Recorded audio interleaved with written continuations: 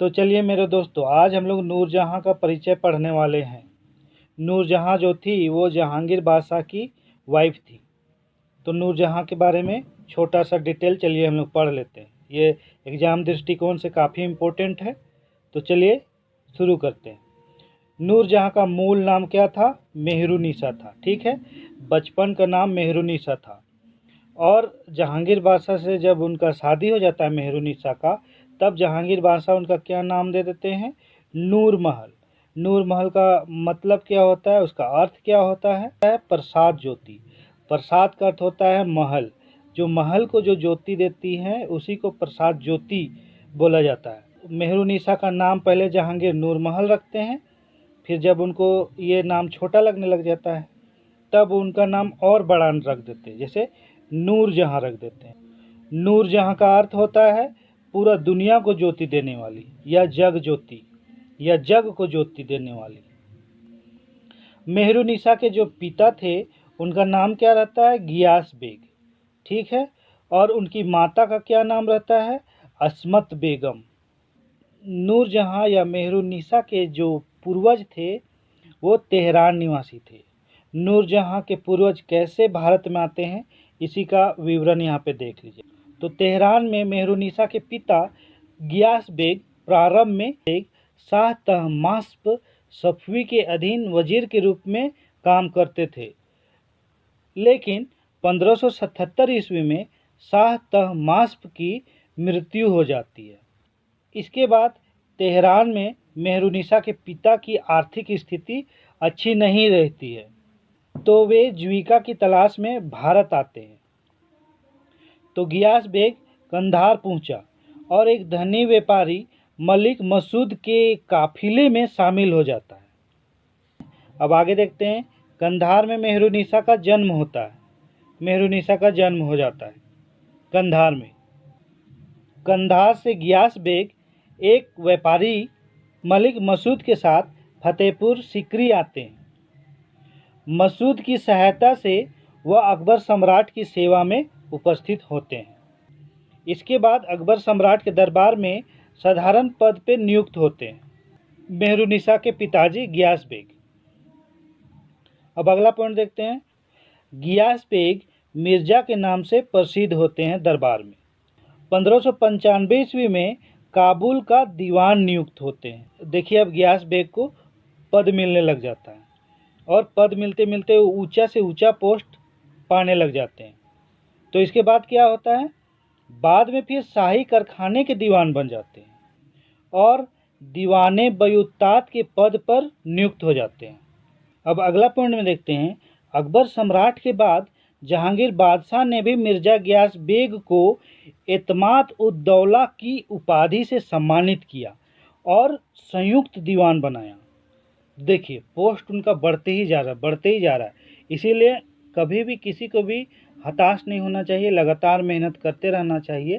कल क्या हो सकता है कोई नहीं जानता है। कोई आईएएस बन जाता है, कोई आईपीएस बन जाता है, चाहे कोई मुख्यमंत्री भी बन जाता है, चाहे कोई प्रधानमंत्री ही बन जाता है। कल क्या होगा कौन जानता है। जैसे हम लोग के श्रीमान प्रधानमंत्री जी नरेंद्र मोदी का संघर्ष भी आप लोग तो जानती ही हैं कि कैसे वो संघर्ष करते करते आज हमारे देश के प्रधानमंत्री बन गए हैं। ये काफ़ी हम लोग के लिए प्रेरणा का स्रोत है। तो इसीलिए कभी भी हिम्मत नहीं हारना चाहिए, अपना मेहनत लगातार करते रहना चाहिए। अब अगला पॉइंट में देखते हैं। मेहरुनिसा की शादी या निकाह 1594 ईस्वी में अब्दुल रहीम खाने खाना के अधीनस्थ एक पारसी युवक अली कुली खां से हुआ। ठीक है, किससे शादी होता है? अली कुली खां से। किसके अधीन में काम करता था अली कुली खां? अब्दुल रहीम खाने खाना के अंतर्गत। ठीक है, कौन ईस्वी में शादी हुआ था? 1594 ईस्वी में। और जब शादी हो रहा था मेहरुनिसा का, तो मेहरुनिसा उस समय 17 वर्ष की थी। अब आगे देखते हैं। अकबर सम्राट ने अली कुली खां को शहजादा सलीम के अंतर्गत मेवाड़ अभियान में नियुक्त किया। इसी समय में अली कुली एक शेर को मार देते हैं। इससे शहजादा सलीम काफ़ी खुश होता है और अली कुली का नाम रख देता है शेर अफगान। तो चलिए दोस्तों, अब आगे देखते हैं। यहाँ पे हम एक पॉइंट बोलना चाहेंगे। हम कोई एक मुग़ल रानी का पेंटिंग बनाने का सोच रहे हैं टाइम निकाल के। शायद हमको लगता है मुमताज़ महल का बनाऊंगा, क्योंकि मैं एक पेंटिंग आर्टिस्ट भी हूँ मेरे दोस्तों। एक पेंटिंग मेरा बनाया हुआ लास्ट में मैं लगा दूंगा, आप लोग देख लीजिएगा मेरे दोस्तों। अब आगे देखते हैं। शेर अफ़गान की मृत्यु हो जाती है। जहांगीर ने शेर अफ़गान की विधवा मेहरुनिसा, ठीक है, और उनकी पुत्री लाडली बेगम को राजधानी बुला लेते हैं और राजमाता रुकैया सुल्तान की सेवा में नियुक्त कर देते हैं। ठीक है। अब राजमाता रुकैया कौन थी? अकबर सम्राट जो थे उनकी प्यारी पत्नी थी। अब अगला पॉइंट है, 1611 ईस्वी में जहांगीर ने मेहरुनिसा को देखा और उस पर आसक्त हो गया और दीवाना हो गया और जल्दी से उससे शादी कर लेता है और मेहरुनिसा का जो मूल नाम रहता है उसको चेंज करके नूर महल या नूरजहां रख देता है। अब अगला पॉइंट, गुलाब से इत्र बनाने की विधि का आविष्कार नूरजहां की मां अस्मत बेगम ने किया था, जिसे अपनी पुत्री नूरजहां को सिखाया। तो काफ़ी अच्छी मम्मी थी, जो भी क्वालिटी गुण सीख रही थी वो अपनी बेटी को भी सिखा रही थी। ये बहुत अच्छी बात है। जैसे हमको भी बहुत सारा क्वालिटी और गुण मेरी मम्मी दी हैं, सिखाई हैं, कैसे कैसे करना है बेटा, ये बहुत कुछ बताई हैं, जिसके चलते हम अभी अच्छा से रन कर पाते हैं और कोई भी मुश्किल हो हम उससे डरते नहीं हैं और उसका सामना हम कर ही लेंगे, सॉल्यूशन निकाल ही लेंगे। क्यों? क्योंकि मेरी माँ हमको बहुत अच्छा से ट्रेनिंग दी है। तो इसी तरह से अस्मत बेगम भी अपनी पुत्री नूरजहां को सिखाती हैं गुलाब से इत्र बनाने के लिए। अब अगला पॉइंट देखते हैं, नूरजहां गुट। यहाँ पे बहुत इंपॉर्टेंट है नूरजहां गुट। जहांगीर बादशाह से निकाह के कुछ वर्षों के बाद ही नूरजहां ने अपना एक गुट बना लिया। इस गुट को नूरजहां गुट या जुनता गुट कहा जाता था।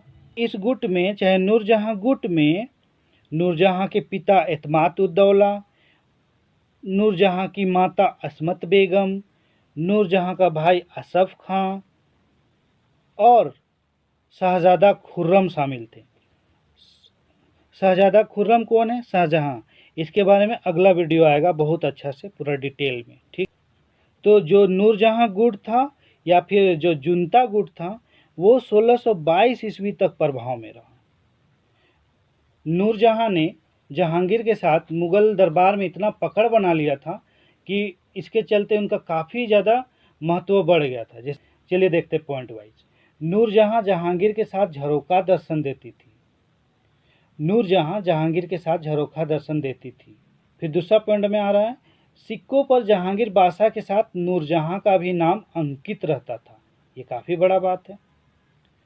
अब आगे देखते हैं, मुगल शाही आदेशों पर जहांगीर बादशाह के हस्ताक्षर के साथ नूरजहां का भी नाम अंकित रहता था। अब अगला पॉइंट देखिए, अपने पहले पति अली कुली खां या शेर अफगान से उत्पन्न पुत्री लाडली बेगम का विवाह जहांगीर के छोटे पुत्र शहरयार से करवा देती हैं नूरजहां। ठीक है। और खुर्रम या शाहजहां से ज़्यादा मान्यता देने लग जाती हैं। किसको? अपना दामाद शहरयार को। और साथ ही साथ नूरजहां अगला मुगल बादशाह भी वो शहरयार को ही बनाना चाहती थी शाहजहां के जगह पे। ऐसा नहीं होता है, शहरयार के जगह शाहजहां ही बनता है अगला मुगल बादशाह। तो शाहजहां कैसे अगला मुगल बादशाह बनता है इसको हम पढ़ाएंगे बहुत अच्छा से, शाहजहां का जो चैप्टर आने वाला है उसमें। तो चलिए मेरे प्यारे दोस्तों, अगर मेरा पढ़ाने का स्टाइल आप लोग को अच्छा लगता है तो लाइक, सब्सक्राइब एंड शेयर करिए। अपने प्यारे भाई का सपोर्ट करिए। Thank you. तो मेरे दोस्तों, ये पेंटिंग मैंने ही बनाया है। मैं जैसा चाहूँगा वैसा पेंटिंग बना सकता हूँ। तो मेरे दोस्तों, आप लोग मेरा सपोर्ट करिए ताकि ज़्यादा से ज़्यादा पेंटिंग मैं बना सकूँ मेरे देश के लिए, आप लोगों के लिए। और अभी तक मैं बहुत सारा पेंटिंग बना चुका हूँ। तो मेरा सपोर्ट करिए। Thank you. हम लोग का कॉलोनी में सरस्वती माता का पूजा चल रहा है, जिसके कारण साउंड बॉक्स में बहुत तेज़ी से गाना बजाया जा रहा है, लेकिन फिर भी हम लोग अपना पढ़ाई जारी रखेंगे। पढ़ाई में किसी भी तरह का बाधा नहीं आना चाहिए। भारत देश में फेस्टिवल तो आते रहता है, तरह तरह का फेस्टिवल, चाहे दुर्गा पूजा हो, चाहे ईद हो, चाहे सरस्वती माता का पूजा हो, चाहे सरहुल हो, चाहे लोहड़ी हो, लेकिन फिर भी हम लोग का स्टडी चलते ही रहेगा। तो थोड़ा एडजस्ट करिएगा मेरे दोस्तों।